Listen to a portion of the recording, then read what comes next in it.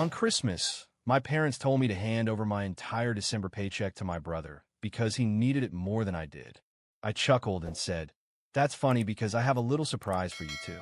Their expressions turned to stone the moment I flipped open my laptop and showed them. Christmas dinner was always supposed to be about warmth, laughter, and way too much food. At least, that's what it used to mean for me. But this year, it became something entirely different. It was the moment everything unraveled. The moment years of favoritism, guilt-tripping, and entitled demands finally exploded. And for once, I wasn't the one left empty-handed. I had always known I wasn't the favorite. That title belonged to my younger brother, Nathan. My parents spoiled him, protected him, and cleaned up every mess he made. Meanwhile, I was the responsible one, the one who never asked for anything, the one who got used to hearing, "Well, Nathan needs it more." I fought tooth and nail to get where I am today. Paid my way through college with scholarships and side hustles. Took extra shifts, climbed the corporate ranks, and after years of struggle, finally landed a job that paid me what I deserved. And this December, I received my biggest paycheck yet. I didn't even mention it to my parents, but they found out. We were seated around the Christmas table, passing food, making polite conversation, when my mom leaned in with that artificial sweetness in her voice, the one she always used before making an unreasonable request. "So," she said, glancing at my dad. "We were thinking that phrase was never a good sign. Since you got that generous salary this month, we thought it would be really kind of you to give it to Nathan. He's been having such a hard time lately." I blinked. For a moment, I thought she was joking. I let out a short laugh and said, "That's funny because I have a surprise for you too." Their faces brightened slightly, probably expecting me to announce something generous. That's when I pulled out my laptop. I had spent months collecting proof, screenshots, receipts, emails, everything. I turned the screen toward them. Silence. My mother's fake smile froze. My father's face turned pale. And Nathan? Up until that moment, he had been grinning like he always did when he thought he was getting away with something. But suddenly, he looked like a deer caught in headlights. See, what they never realized, what they never even bothered to ask, was that I had been keeping track. Every time they took money from me, every loan they swore they'd pay back, but never did. Every so-called emergency that just so happened to benefit Nathan. But that wasn't even the worst part. I had something else. Something that would make sure they never tried to take another cent from me again. I took a slow breath, leaned back in my chair, and said, "I hope you're ready for this." My mom's hand trembled as she reached for her wine glass. My dad clenched his jaw so tight I thought his teeth might shatter. And Nathan?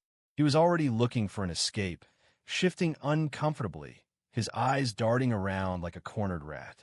I let the silence drag out. Let them sweat. Then I tapped the screen. "This," I said calmly, "is every bank transfer I've ever sent you. Every so-called loan that was never repaid. Every urgent expense you needed help with because Nathan was struggling." I scrolled down. The numbers stacked up. Thousands. Tens of thousands. My mom opened her mouth to protest, but I lifted a hand. "I'm not done." I clicked on the next file. "This," I continued, "is Nathan's credit card history." Nathan sucked in a sharp breath. "How the hell did you?" I cut him off. "You're not as smart as you think you are." He had no idea I had access to his statements. No idea that while my parents were begging me for money to help him, Nathan was out blowing cash at bars, buying overpriced sneakers, and taking luxury vacations. I had screenshots of his social media posts, flashing bottles of champagne at exclusive clubs, jetting off to Miami, Vegas, Cancun.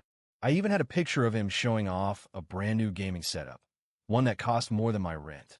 My mom turned to him, her voice barely above a whisper. "Is this true?" Nathan scoffed. "It's not that serious." I let out a cold laugh. "Oh, but it is. And do you know why?" I clicked on the final folder. For the first time, my father spoke. What else could there possibly be? I turned the screen back to them, and this time, they had no way out. "This," I said, my tone firm, "is a breakdown of every mortgage payment I've covered for this house. The same house you assured me was fully paid off." My mom turned ghostly pale. My dad let out a slow, measured breath, his grip tightening on the table as if he were considering flipping it over. "Yeah, that's right. I figured it out. A year ago, my parents showed up at my door in tears, claiming they were at risk of losing their home.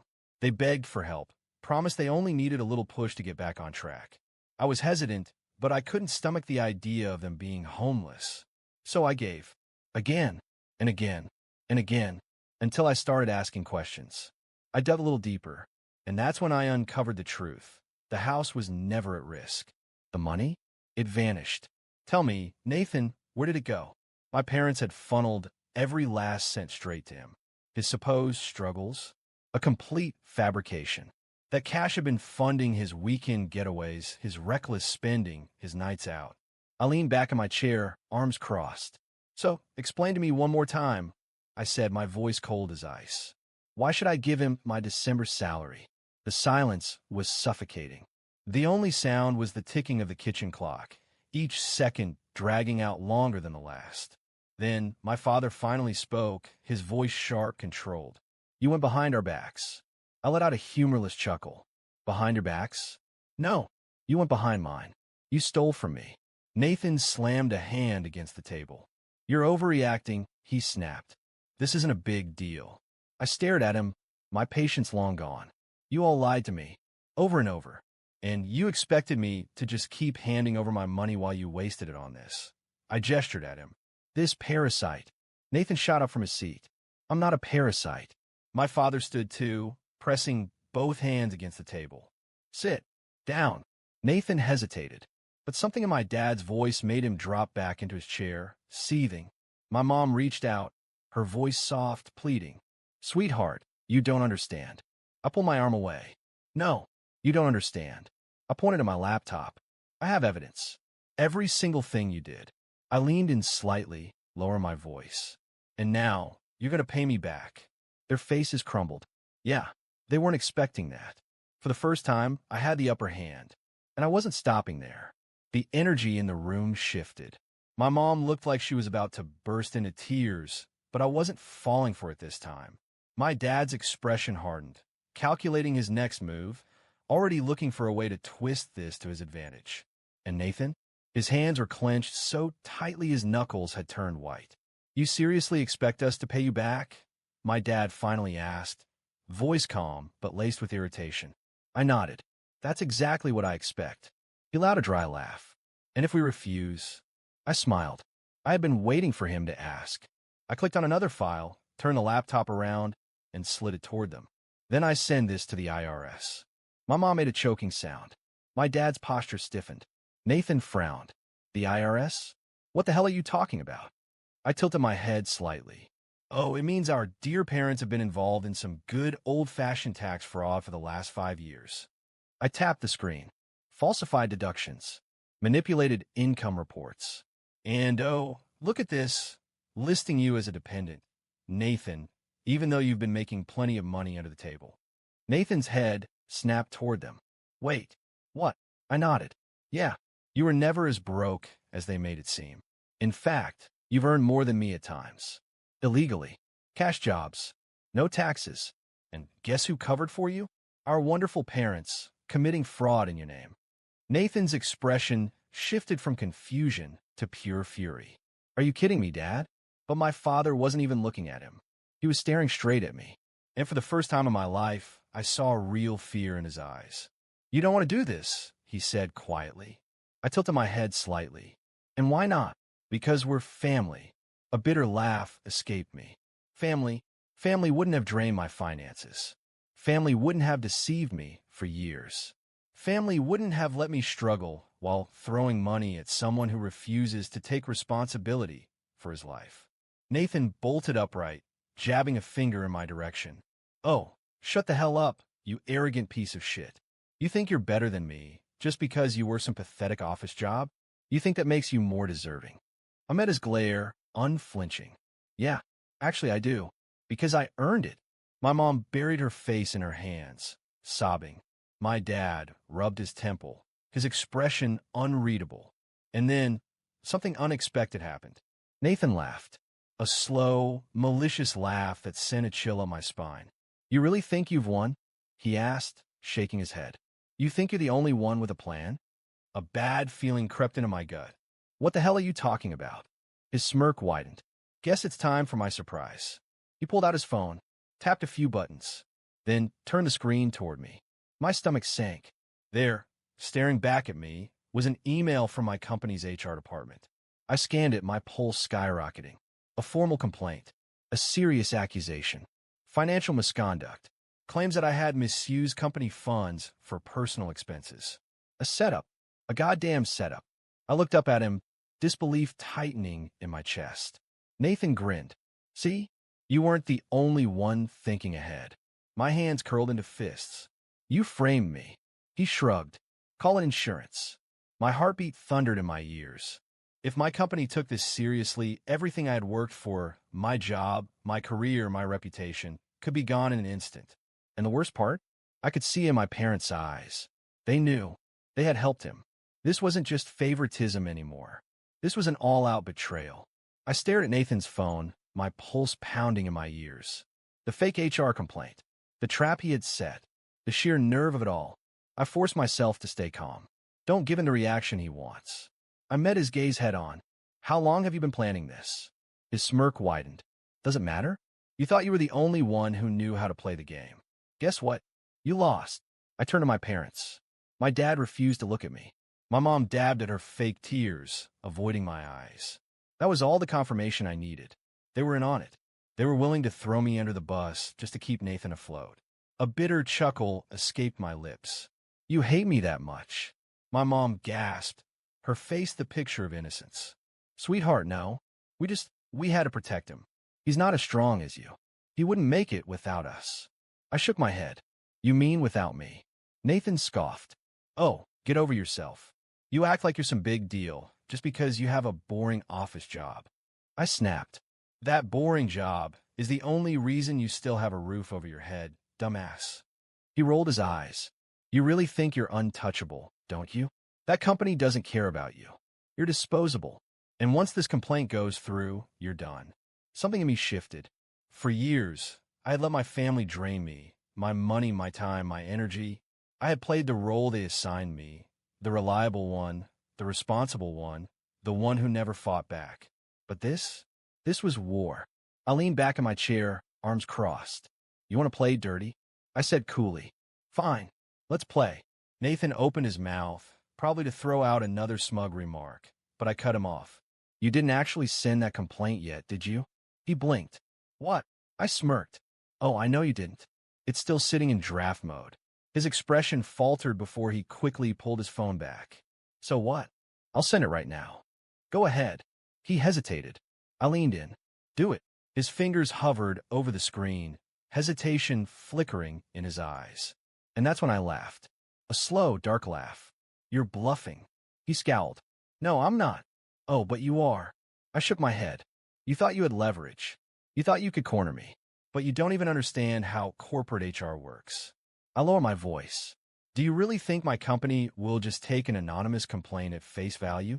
That they won't investigate? That they won't track where it came from? His smirk cracked. I let out another laugh. Wow, you really didn't think this through, did you? Nathan shifted in his seat, trying to regain his confidence. Even if they investigate, it'll still ruin your reputation. I shrugged. Maybe. But guess what? I actually have a lawyer. And do you know what's illegal, Nathan? Silence. I smiled. Filing a false claim. Defamation. Corporate fraud. I leaned forward. I have receipts proving I've done nothing wrong. And if you send that complaint, I will sue you. I will take this whole damn family down. I turned to my father. And let's not forget your little situation. His jaw tightened. I tapped my laptop. All it takes is one email to the IRS, and suddenly, you're dealing with an audit. Fines. Maybe even prison time. My mom gasped. You wouldn't. I tilted my head. Why not? You had no problem letting Nathan try to destroy my career. Why should I protect you? Nathan slammed his fists on the table. You're full of shit. I shrugged. Try me. The tension in the room was suffocating. For the first time, they weren't the ones holding all the cards. I stood up, calmly packing my laptop. Here's what's going to happen, I said, my voice steady. You're going to drop this pathetic little scheme. You're going to stop asking me for money. And you're going to pay me back. Every single penny. My dad scoffed. And if we don't, I slung my bag over my shoulder. Then I burn it all down. I turned toward the door, and then my mother let out a raw, broken scream that cut through the air like a knife. You can't just walk away from us. I paused, then turned back. My father sat rigid, his pride keeping him from begging. But my mom, she knew. She knew this time was different. She lunged toward me, her voice frantic. We're family. We're all we have. I exhaled slowly. No, I was all you had. Then I looked at Nathan, my voice cold enough to freeze the air. And you? You're nothing to me now. Something flickered across his face. Shock, maybe even fear. But I didn't stay to watch. I walked to the door, stepping out into the crisp December air. For the first time in my life, I felt free. I never looked back. A month later, I got notification. One of the payments I had demanded had been transferred to my account. I didn't reply. I didn't reach out. I focused on myself, on my future, on my peace. As for them, well, a cousin mentioned that the IRS had come knocking. I never sent the email, but someone else must have. Funny how karma works. I walked out of that house knowing this time I wasn't coming back. But that didn't mean it was easy. Even though I had finally taken control, even though I had put an end to the endless cycle of being used, a part of me still felt the weight of what had happened. For years, I had been the backbone of that family, and now, for the first time, I was truly alone. But it was better this way. Better to be alone than surrounded by people who wouldn't hesitate to destroy me just to keep their comfortable lifestyle. At first, I braced myself for retaliation. I thought they would try to get back at me, that Nathan would find another underhanded way to make my life miserable. But instead, there was silence. No calls, no messages, just nothing. And that unsettled me more than anything, because I knew this wasn't over. Months later, I heard through a distant cousin that things had fallen apart for them. My father did his best to keep up appearances, but with the bills piling up and no money from me to cover the gaps, everything crumbled fast. The IRS investigation hit them like a wrecking ball. Audits, massive fines, back taxes. They uncovered years of fraudulent filings, forged records, and money that had simply disappeared without explanation. And without me as their financial safety net, they had nowhere to turn. My father tried to salvage what he could, but in the end, he was forced to sell the house they had lived in for decades, the same house they had tricked me into paying for.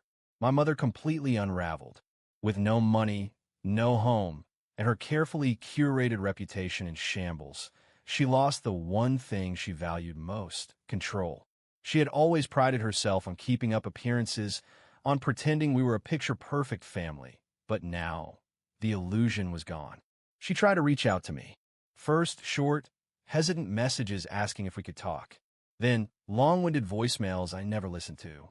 Until, one day, she sent a text that got straight to the point. Please, we need you. We have nothing left. And that brought me a quiet, undeniable satisfaction. For the first time, they were experiencing what it felt like to be without someone to hold them up. Nathan, on the other hand, took the path I always knew he would. When the free money dried up, so did his lavish lifestyle.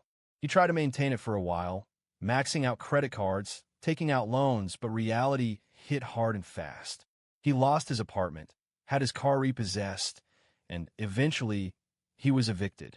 It wasn't long before he started looking for a way out. First, he turned to his friends, then to distant relatives, and finally, to me. I found out when I got a call from an unknown number. I answered, and there he was. I know you hate me, he said, skipping the pleasantries. But I have nowhere else to go. I just need a little help to get back on my feet. It was the first time I'd heard his voice since that disastrous Christmas dinner. There was something in it I had never heard before. Real desperation. Fear. The kind of fear that comes from realizing no one is coming to save you. But this time I wasn't his safety net. You want my help? I asked, my tone ice cold. After everything you did? After trying to ruin my career? There was a pause, then a long, tired sigh. And finally, in a low voice, he admitted, I was wrong. I was an idiot. But you know how our parents are. You know, they made me believe I could do anything and get away with it. I got used to it. I swallowed hard. For a moment, I almost felt sorry for him. But then I remembered. The stolen money. The lies. The trap he had tried to set for me. You're right, I said. You to get used to it. But I'm not playing that game anymore. Figure out yourself. I hung up before he could say another word. I never heard from him again. As for me, life moved forward. Without the weight of my family dragging me down, I finally focused on what mattered, my own future. I poured myself into my career, traveled, and enjoyed a level of freedom I had never known before. And you know what? I had never been happier. For the first time in my life, everything I achieved was truly mine.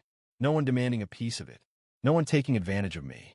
No one twisting my kindness into obligation. Just me and my peace. People sometimes ask if I regret it, if I miss my family. My answer is always the same. No, because real family doesn't steal from you. They don't lie to you. They don't tear you down for their own benefit. What I had wasn't a family. They were parasites. And now, for the first time, I am free.